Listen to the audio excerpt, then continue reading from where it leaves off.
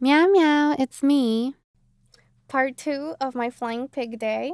So at 5 miles to go, this was after the lonely mile where you started seeing more people again and more stations. And this was, 5 miles to go. So it's towards the end. There was a stretch where there were a lot of people once again, and it was a lot of people. Like I could hear all the cheers.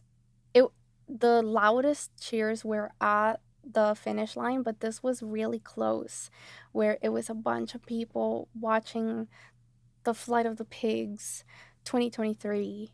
And I don't know what part of Cincinnati this is, y'all, because I'm not from there.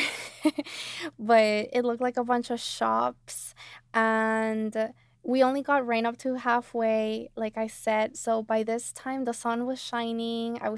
Everybody was still wet and drenched, but the sun was out by then, and there were tons of people cheering, and I could hear it. And it's towards the end, and it's after this lonely part of the road, and I started feeling some stuff. I started getting kind of emotional, and I didn't get as emotional as I thought during this race. Um I thought I would get more emotional, but I was very focused. But this part got me, and I think some people did see it. And this little girl, she was in a pig onesie, and she talked to me. I know that she talked to me, but I have Nike Run Club, got my Flying Pig playlist going, or Coach Bennett's talking to me or something. But this little girl, she looked at me and she was talking to me, and I don't know what she said, but she ran with along with me for a little bit, and I was like, oh, she's just gonna run with me for a little bit. But she was prepping for a cartwheel. So this little girl did a cartwheel for me at this point of the race, and I was like, yes! And just kept going, cuz I didn't stop at all. But I did, yes. So good. And I'm also gonna share how in some parts of the race they would give you one of them was a foam squishy football, and American football, and you would throw it at the receiver, and it was like baskets, and I threw it, and the guy kind of helped me, but mine made it. And there was another one where they kind of did that, but with basketballs. I didn't make it that time, but I got the basketball and I tried to shoot it. So that's some stuff that people do during the race. There were people out there with on the side of the street watching with their umbrellas, and their babies were watching. All the volunteers are called grunts, and they get a special shirt, and the grunts are just amazing. There's a medical team, and they have a special shirt. You feel really safe. Everybody's just out there watching the Flight of the Pigs, and some people are literally just there with their umbrella watching. Other people are there and they're just clapping. Other people are cheering you on. The path does there We did pass by some neighborhoods. I didn't know this, but the people can't leave because that street is part of the course, and it's technically closed for that day, so they can't leave the house. And people have these flying pig watch parties on their porch, and they're drinking beer, and they're like, yeah, keep going. And the whole involvement is so cool. I don't know what this is called.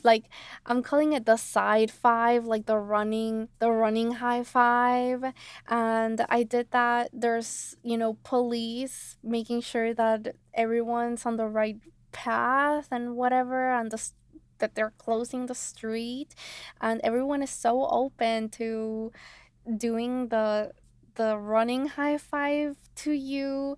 And I passed by this lady who was there on the rain with her little kid, and she's trying to get the kid to do the running high five, but the kid doesn't know what it's doing.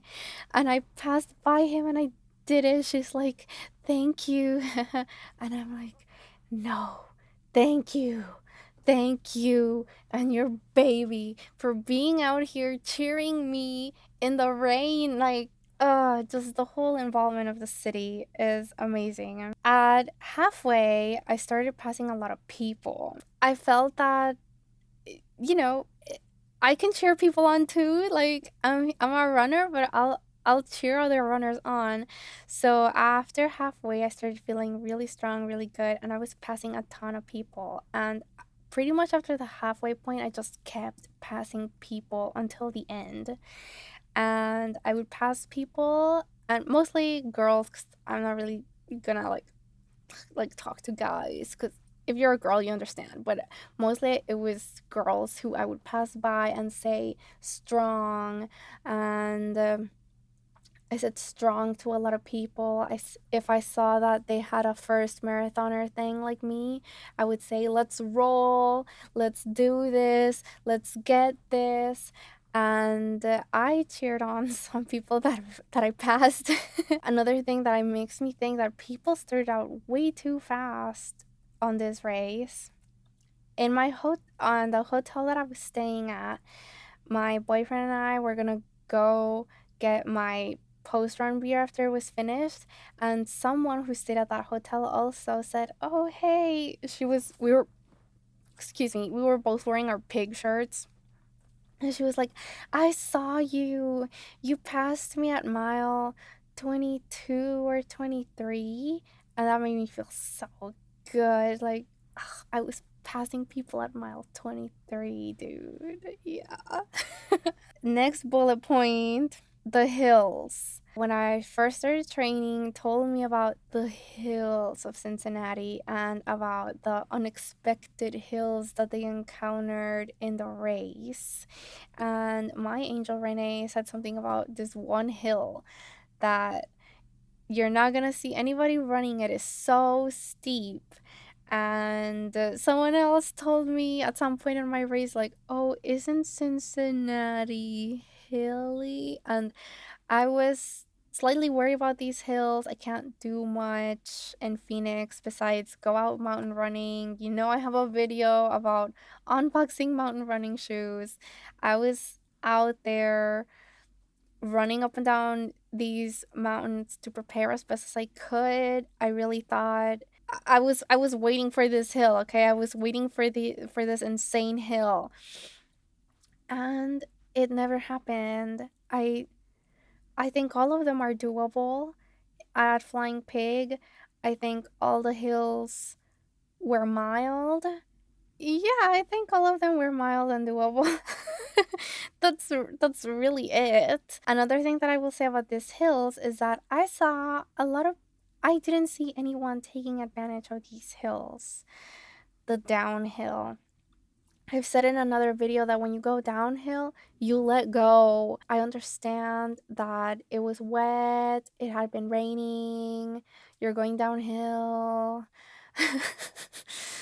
But I did it and I was fine. And I passed by a lot of people just taking advantage of these hills, just rolling down these hills instead of pushing on the brakes. Next bullet point is that 3 miles to go and 2 miles to go were the longest miles for me. Like, oh, when is this mile? Like, when am I gonna get to the next mile?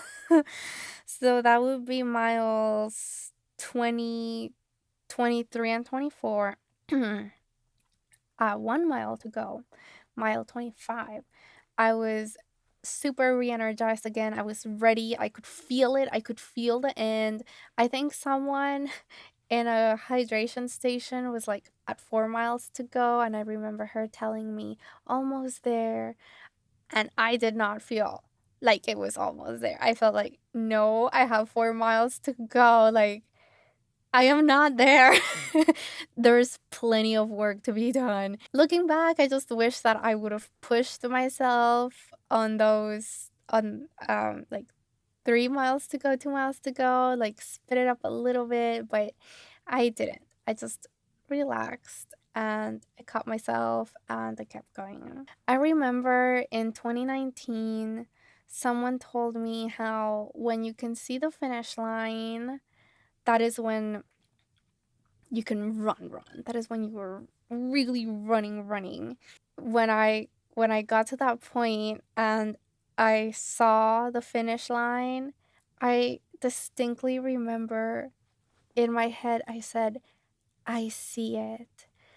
And then I just started running. The devil's got some tools. Who is this? I'm gonna fucking fever. I fight it first inside me. Boogies got me in a trance. I don't feel the sunshine.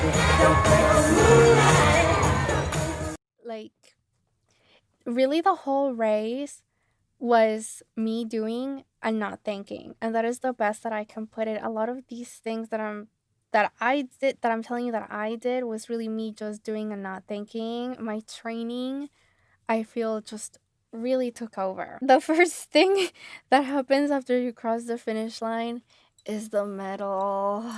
This is the first thing they give you is your medal, and then they give you the blankie and you get whatever food, banana, orange things, orange you want. That's what I got, the banana and the orange. Like walking and these people have the metal things and they put it on me and I'm like, "Ah."